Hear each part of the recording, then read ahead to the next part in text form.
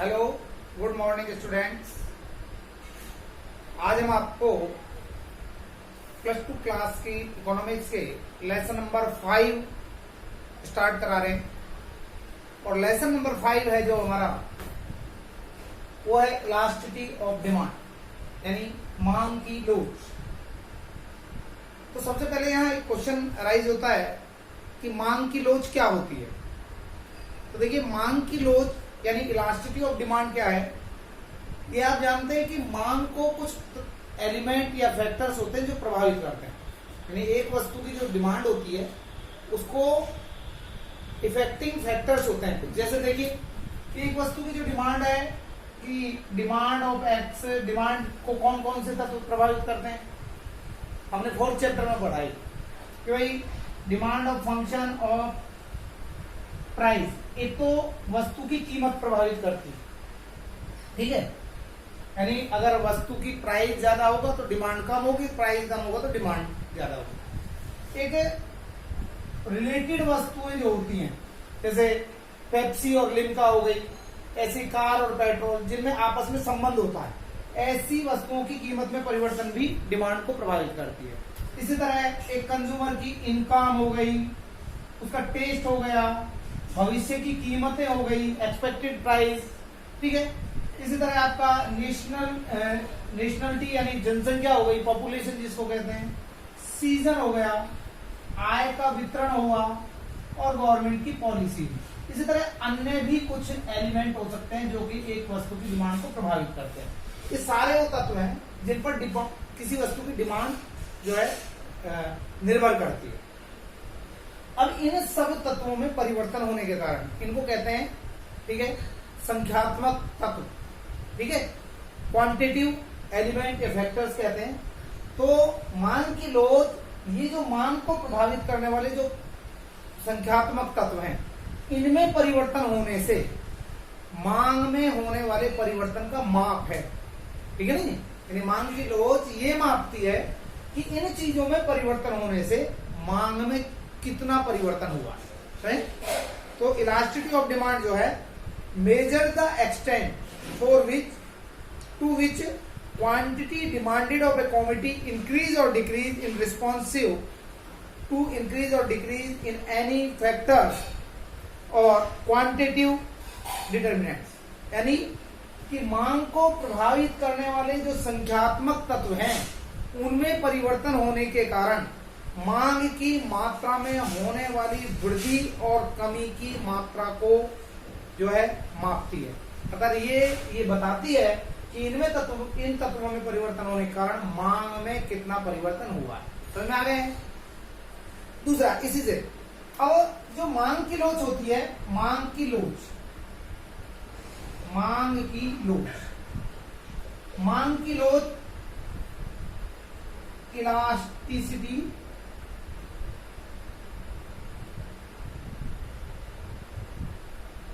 Of demand, जिसको कि हम डी से डिनोट करते हैं। ये ई है इलास्टिसिटी ऑफ डिमांड, ठीक है। मांग की लोच जो है वो ईडी से डिनोट की जाती है। ये 3 प्रकार की होती है। पहला तो अर्थ आपको बता दिया। तो अब ये मांग की लोच 3 प्रकार की होती है कि एक होती है मांग की कीमत लोच, मांग की कीमत लोच,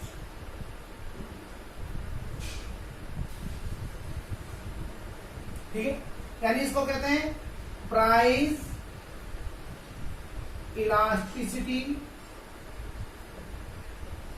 ऑफ डिमांड,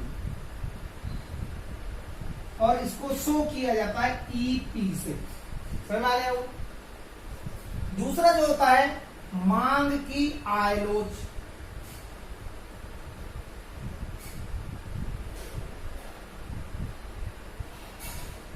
ये होता है इनकम इलास्टिसिटी ऑफ डिमांड, ये दूसरा टाइप होता है, ठीक है। इसको शो करते हैं ई वाई से। समझ? तीसरा जो होता है मांग की आड़ी लोच,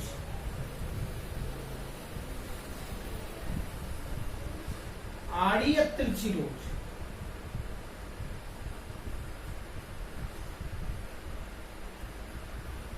ये जो होता है यानी क्रॉस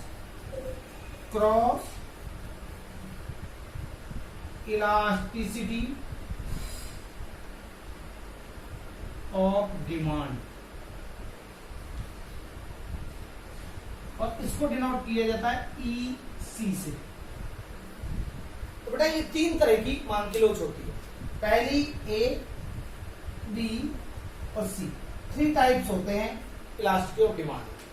ठीक है, अब 3 प्रकार होते हैं, तो 3 प्रकारों को जो है हम फॉर्मूला देखिए। EP जो होता है वो होता है मांग में मांगी गई मात्रा में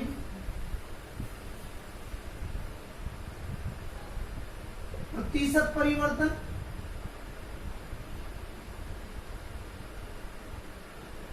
अपॉन कीमत में प्रतिशत परिवर्तन। एक तो होता है ये फॉर्मूला होता है। अब ईपी बराबर हो गया, क्योंकि आप ये जानते हैं कि प्राइस और डिमांड में नेगेटिव रिलेशन होता है। ठीक है, यानी प्राइस बढ़ेगा तो डिमांड कम होगी, प्राइस घटेगा तो डिमांड ज्यादा होगी, इसलिए हम माइनस का साइन लगा देते हैं, समझ।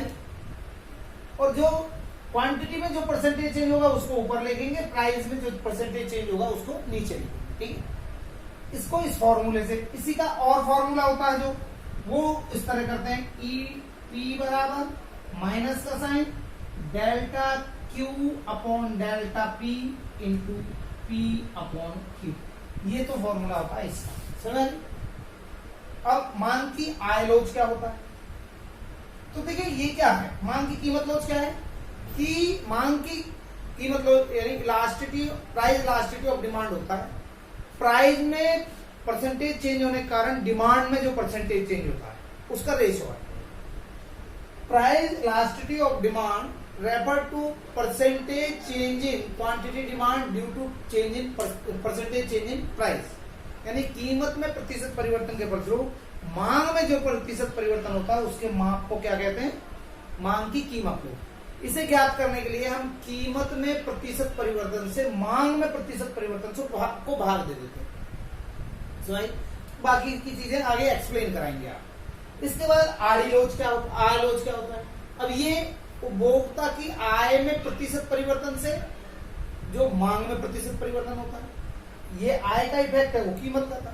तो इसको कैसे लिखते हैं, इसको लिखते हैं कि वही मांगी गई मात्रा में प्रतिशत परिवर्तन अपॉन, यहां कीमत था लेकिन यहां आय में प्रतिशत परिवर्तन, आय में प्रतिशत परिवर्तन, ये इसका फॉर्मूला बन जाता है। कीमत लोच में कीमत आ जाएगी, आय लोच में आय आ जाएगी, समझे। और यहां माइनस आएगा या प्लस आएगा, ये बहुत दो बातों पर डिपेंड करता है। देखिए दो तरह की वस्तुएं होती हैं, एक होती है नॉर्मल गुड और एक होती है गिवन गुड। अगर गुड वस्तु नॉर्मल है, सामान्य है, तो सामान्य वस्तु के संबंध में तो अगर मान लीजिए यहां लिखें सामान्य वस्तु है यानी नॉर्मल गुड है, तो यहां माइनस साइन आएगा। ठीक है, अगर नॉर्मल गुड है तो यहां माइनस आएगा। और अगर सामान्य की जगह पर बी यानी मान लीजिए गिफिन है, गिफिन वस्तु है, तो यहां प्लस आ जाएगा, समझ आ गई नहीं। तीसरा होता है क्रॉस इलास्टिसिटी, लेकिन अभी इसको देखते हैं इक्वेशन रूप में। तो ये बनता है EY बराबर, ठीक है, वही माइनस प्लस उसी पे डिपेंड करेगा, तो ये आएगा delta Q upon delta Y into Y upon Q, ये आ जाएगा, समझ नहीं। बस P के को रिप्लेस कर दिया Y में, तीसरा होता है आड़ी लोच, आड़ी या तिरछी लोच। आड़ी तिरछी लोच क्या होती है? इसमें होगा आपका कि अगर अब वस्तुएं भी दो तरह की होती हैं, संबंधित वस्तुएं। एक होती है प्रतिस्थापन, यानी इसको हम कहते हैं सब्स्टिट्यूट। सब्स्टिट्यूट गुड के मामले में देखिए, सब्स्टिट्यूट में वही कि पॉजिटिव रिलेशन होता है तो सब्स्टिट्यूट में आ जाएगा मांगी गई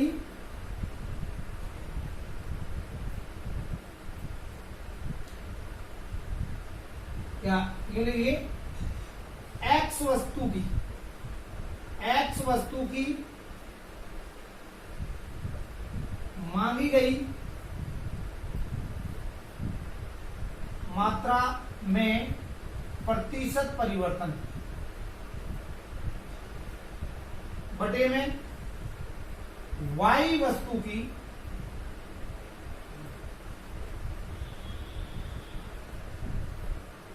कीमत में प्रतिशत परिवर्तन।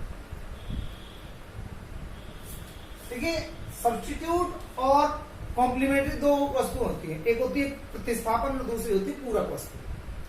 पूरक जो वस्तु होती है उसका जो प्राइस इफेक्ट होता है वो पॉजिटिव होता है, यानी मान लीजिए पूरक वस्तुएं जो एक दूसरे पर डिपेंड करती हैं, यानी एक के स्थान पर दूसरी यूज की जा सकती है। जैसे कि भाई Limca, Pepsi, Mirinda, Thums up, अगर हमें एक ना मिले तो हम दूसरी यूज कर सकते हैं सब्स्टिट्यूट गुड में। तो सब्स्टिट्यूट गुड में अगर एक वस्तु की कीमत बढ़ती है तो दूसरे की डिमांड बढ़ जाती है।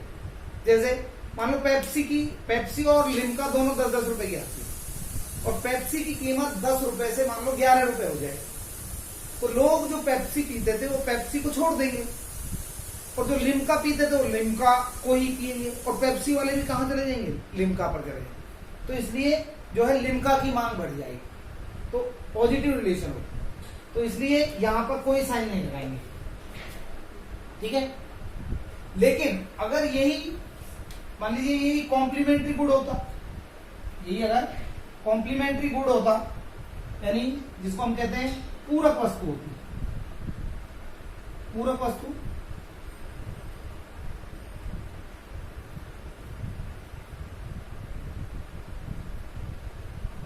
कॉम्प्लीमेंट्री होता मान लीजिए, तो इसमें माइनस का साइन हो जाता। जैसे कार और पेट्रोल, जो वस्तुएं एक दूसरे पर डिपेंड होती है। जैसे मान लो कार की अगर कीमत बढ़ जाती है तो लोग कार कम खरीदेंगे, तो पेट्रोल की डिमांड कम हो जाएगी। इसमें एक वस्तु की कीमत और दूसरे की जो डिमांड है उसमें नेगेटिव रिलेशन होता है, तो यहां नेगेटिव लगाएंगे पूरक वस्तु के मामले में, इस संबंध में। ठीक है। लेकिन हम अभी सिंपल ही पढ़ते हैं, तो क्या पढ़ते हैं हम? ये हो जाएगा एक्स वस्तु की मांगी गई मात्रा में, यानी डेल्टा क्यू एक्स अपॉन, ठीक है, delta p y into p y बटे क्यू एक्स। तो ये तीन तरह की मांग की लोच होती है, समझ में? तो मांग की लोच के बारे में आपने जाना कि मांग की लोच क्या है, मांग की लोच कितने प्रकार की होती है? 3 टाइप्स की होती है, ठीक है। यानी इनको कहते हैं change in percentage change in quantity demand upon में परसेंटेज चेंज इन प्राइस। ये हो जाएगी percentage change in quantity demand upon percentage change in income, ठीक है। और ये हो जाएगी percentage change in quantity demand of x बटे में percentage change in price of y. X की कीमत में, एक्स की मांगी गई मात्रा में प्रतिशत परिवर्तन बटे में वाई की कीमत में प्रतिशत परिवर्तन, ठीक है। तो ये 3 प्रकार की जो है इलास्टिसिटी ऑफ डिमांड, क्लियर हुआ? इसके बाद जो अगला जो टॉपिक है हमारा वो है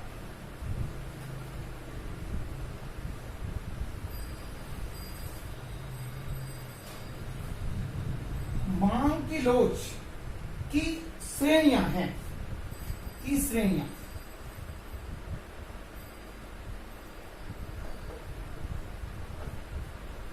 यानी डिग्री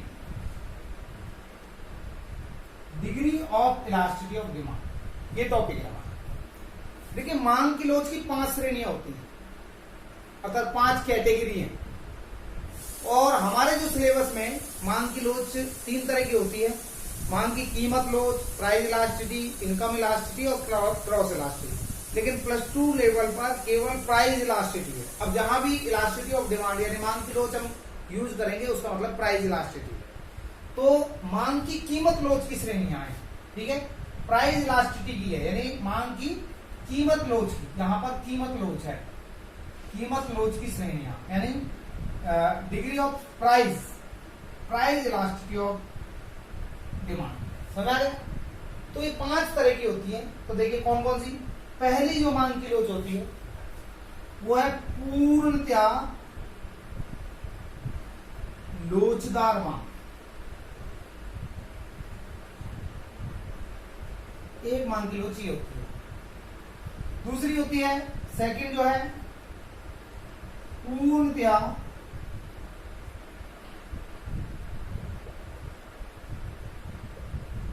बेलोचदार मांग यानी परफेक्ट इलास्टिक डिमांड। ये होता है परफेक्ट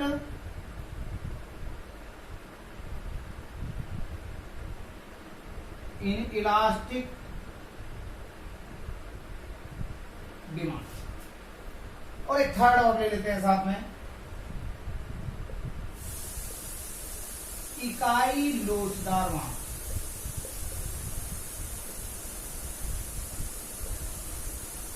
यूनिटरी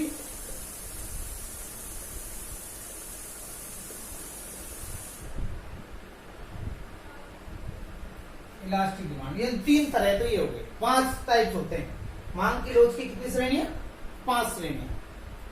तो 3 टाइप्स तो ये हो गए, ठीक है। तो यहां लिखे मांग की लोच की श्रेणियां, 5 श्रेणियां होती हैं, 5 होती है, ठीक है, 5 डिग्री होती है।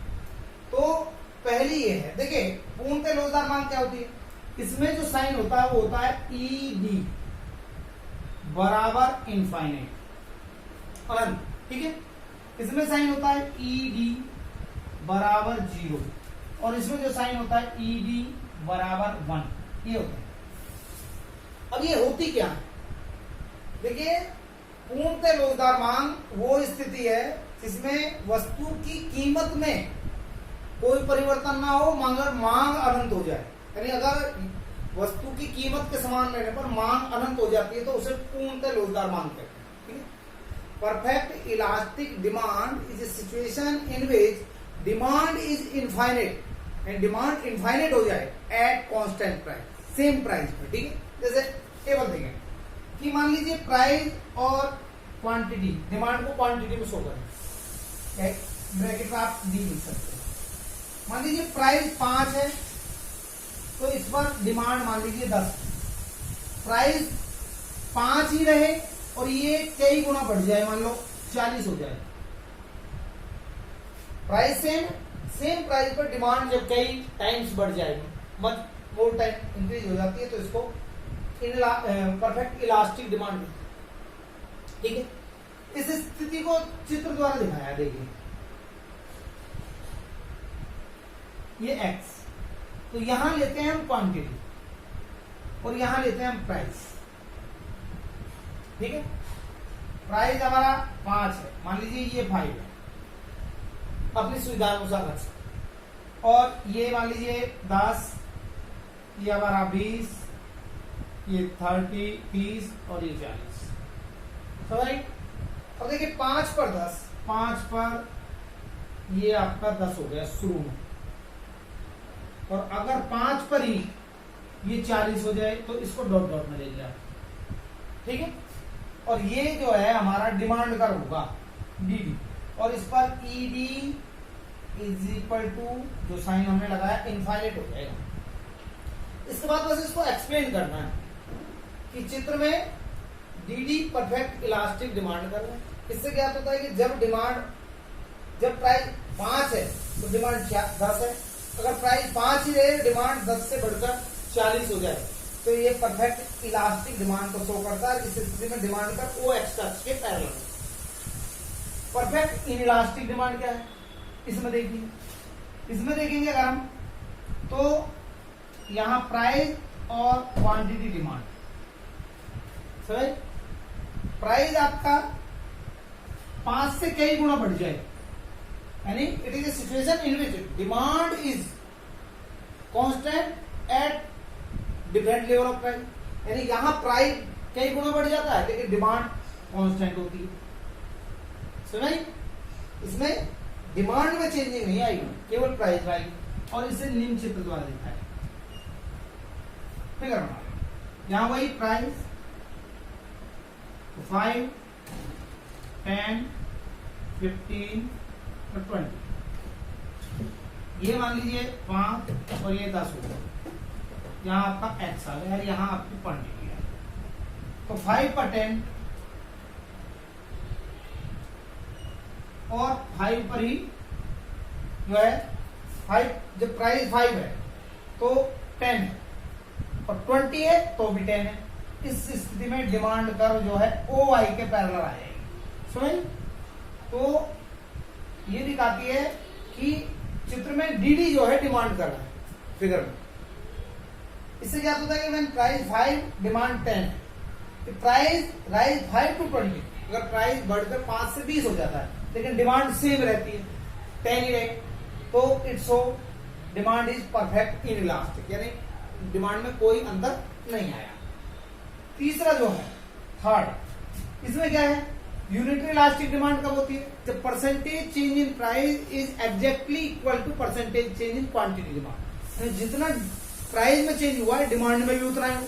जैसे टेबल बनाए पी और क्यू, यानी डिमांड की क्वांटिटी, मान लीजिए प्राइस 5 से 10 हो जाता है और ये 100 है, ठीक है, ठीक है। कीमत के मामले में डिमांड क्या कहती है कि अगर प्राइस डबल होगा, अगर प्राइस बढ़ता तो डिमांड कम हो जाती है, ठीक है।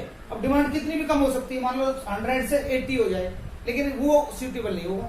अगर ये आपको डबल लग रही है तो ये आपको हाफ करनी पड़ेगी इस तरह से, समझ। यानी इसमें जितना चेंज होगा, ये डबल हुई तो ये हाफ हो गई, ठीक है।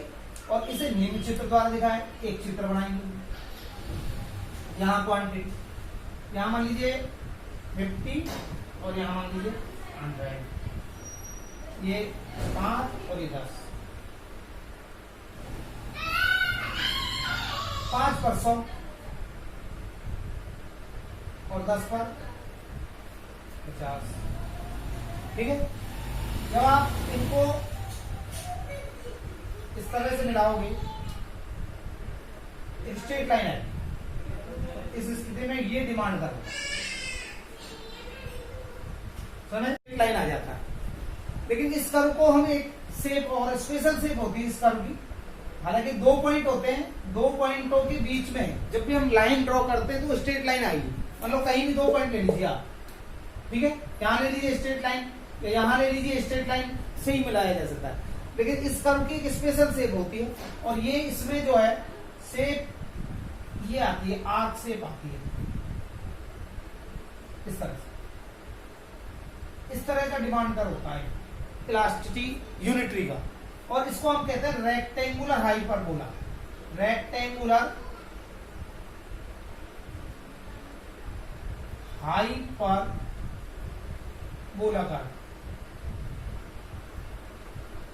हाइपरबोला, रेक्टेंगुलर हाइपरबोला शेप होती है, ठीक है। ये दिखाता है कि हर स्थिति में जो ईडी हर पॉइंट पर बराबर होगा।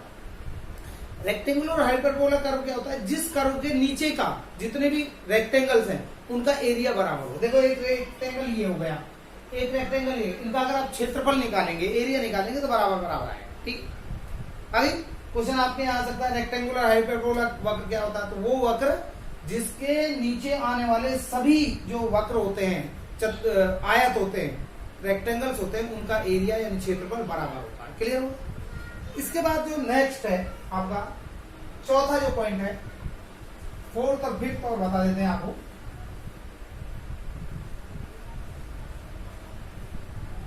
फोर्थ जो है वो है आपका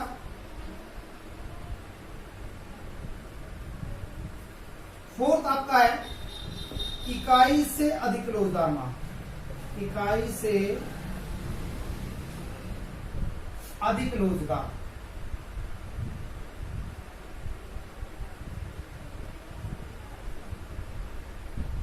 मांग, यानी इसको हम केवल ये भी कह सकते हैं लोचदार, ठीक है।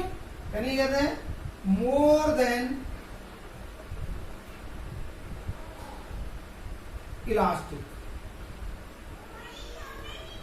एक लास्ट जो होता है इकाई से कम लोचदार,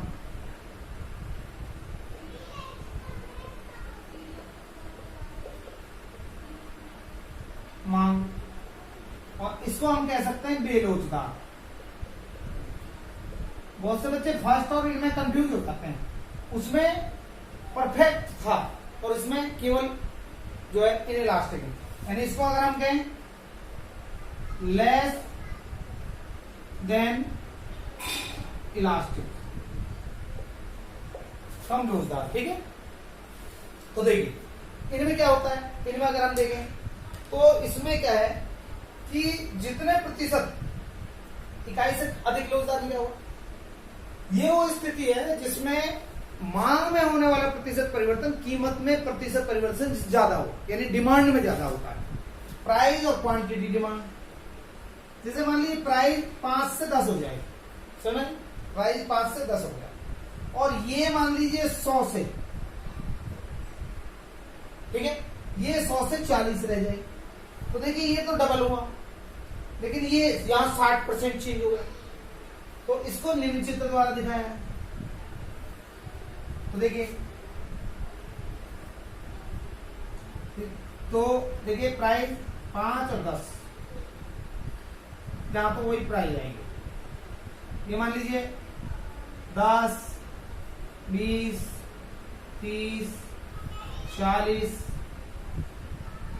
ठीक है, 50 या 20 का भी ले सकते हैं आप, 20, 40, 60, 80 और 100, समझ, ठीक है।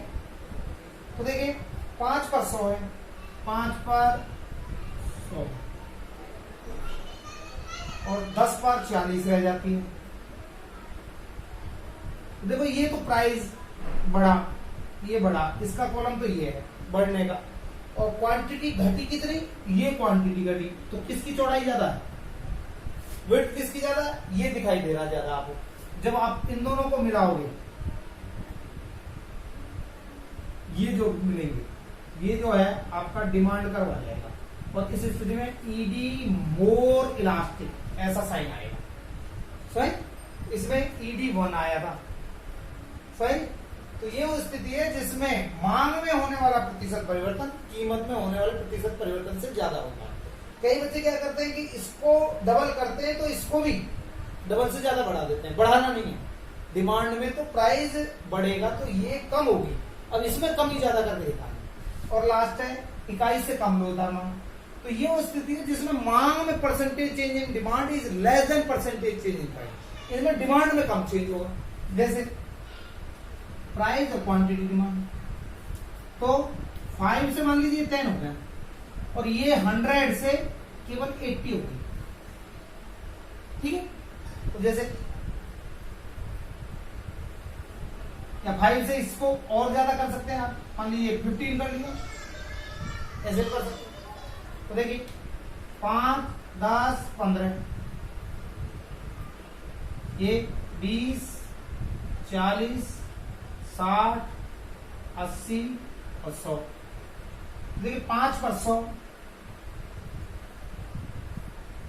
और 15 पर 15 पर 80।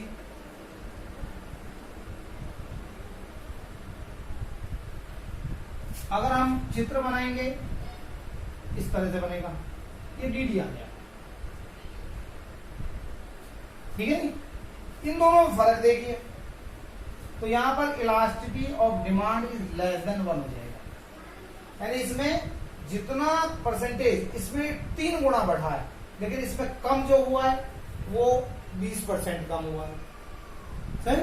तो ये इन दोनों में अगर आप देखेंगे कि मान लीजिए हम एक सीढ़ी है, उस सीढ़ी को दीवार से लगाते हैं, तो उस सीढ़ी का एक हिस्सा एक सीढ़ी का एक हिस्सा तो दूर ज्यादा फ्लैट हो जाता है, एक नजदीक गिरता है मान लो, तो जो दूर जाके गिरेगा वो ज्यादा मोर इलास्टिक होगी, ठीक है।